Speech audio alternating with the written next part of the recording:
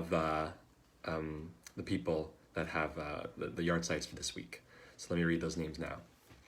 Anna Reich, Hannah Bat Leib, John Isidore Einfeld, Yitzhak Ben Hechaver Mordechai, Renee Coben, Roy George Brown, Raphael Ben Alexander, Leslie Emmanuel, Lazar Ben Mordechai, Maurice Kiss, Moshe Ben Yitzchak, Rebecca Swirsky, Rivka Bat Avraham, Selena Prant, Zena Ann Applebaum, Chana Tzipora Bat Yosef, Charles Abrams, Shalom Moshe Ben Tzvi, Jack Friedman, Avram Yaakov Ben Simcha Mordechai HaKohen, Paula Wertheim, Penina Bat Moshe, Abraham Cohen, Avram Ben Yosef HaKohen, Irma Wolstein Wilson, Irama Bat Yaakov, Lorraine Paula Haven, Leah Bat Yaakov, Rosemary Richmond, Rachel Bat Abraham, Aaron Menzel, Aaron Ben Shraga Fivish, Bella Zeigman, Yisrael Ben Yehuda Leib,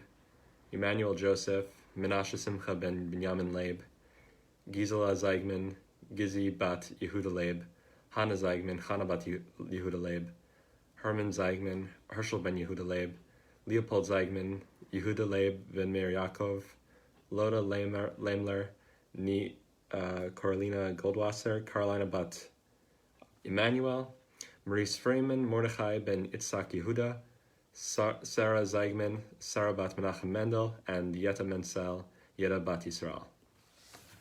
Okay, so Mishnah 7 of chapter 6. Here we go.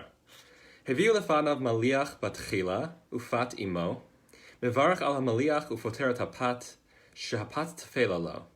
So if they brought before someone a salted food first and bread with it, he recites a blessing on the salted food and discharges the blessing obligation for the bread because the bread is subordinate to it. Okay, so this is a concept, a very important one.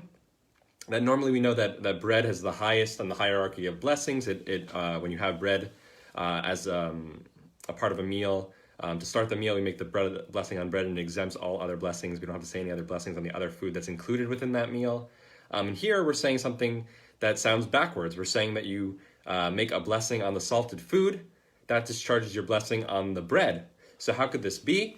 And the answer is because shehapat tefela lo, that the bread is subordinate to it. So we have this concept when it comes to brachot on food of ikar and tefel and tafel. So the main thing and the subordinate food. So in this case, we're referring to a case where you have this really, really salted food and you have a piece of bread after you need to eat it with that salted food so that it's not overwhelming. You're not eating the bread as a form of sustenance. You're not eating it as the part of the meal that you really want. You want to eat the salted food, and it's just overwhelming, so the bread comes to dull that overwhelming saltiness.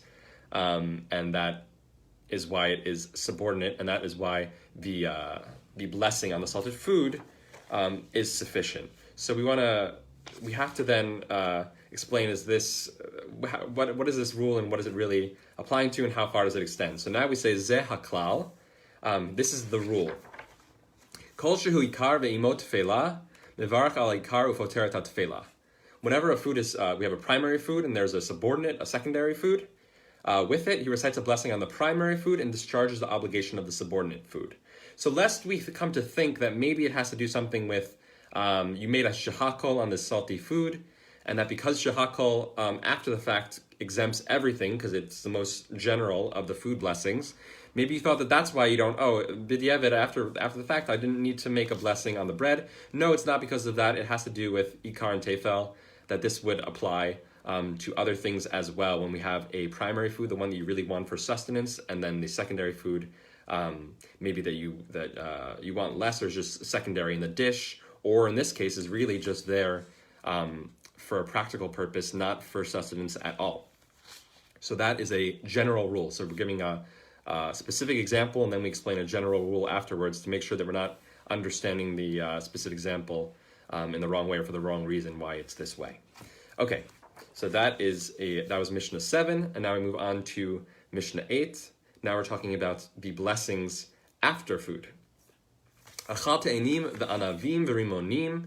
If one ate figs, grapes, pomegranates, mevarach acharehen shalosh berachot, divrei Raman Gamliel. So when it says shalosh berachot, we're referring to the brachot, the first three brachot of Birkat Hamazon, of benching, that are the ones that are derived from the psukim, from the verses in the Torah text. They're all derived from the same psukim. And here, Rabban Gamliel thinks because the verses from which we derive the idea of benching, of saying the blessing after the meal that we say after a meal with bread, that is, those same set of verses also talk about the fruits of the land of Israel. It mentions in the same set of 3 or 4 verses, it talks about the mitzvah of that we have to bless after eating, once we're satisfied and once we've eaten.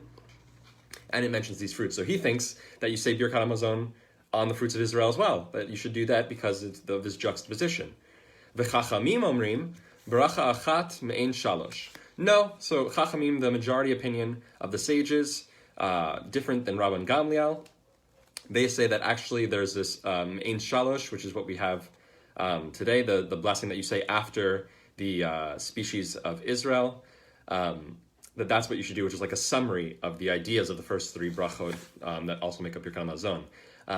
So that is the appropriate thing for these fruits, the fruits of Israel. Rabbi Akiva Omer, Rabbi Akiva is going to give a very different opinion. Afilu achal shelek vehu mizono, mevarach acharav shalosh brachot. Rabbi Akiva says, even if one ate a cooked vegetable and it was his sustenance, he recites after it the 3 blessings. So the first 3 blessings that we have derived from the psukim of Birkat Hamazon. So Rabbi Akiva, what he's saying is that it all comes down to, are you eating a meal of something? That if you're eating cooked vegetables and that's your whole meal, you're eating a big bowl of cooked vegetables, he thinks you should bench afterwards. So this is not going to be the way we paskin, the way we actually end up doing in practice. So what we end up doing is that we say meals of bread, get Birkat Hamazon afterwards, meals of the 7 species, or eating of the 7 species, or certain other grain things that are not bread, gets this Mein Shalosh, gets this special after blessing, and then everything else after eating gets a Berei Nefashot.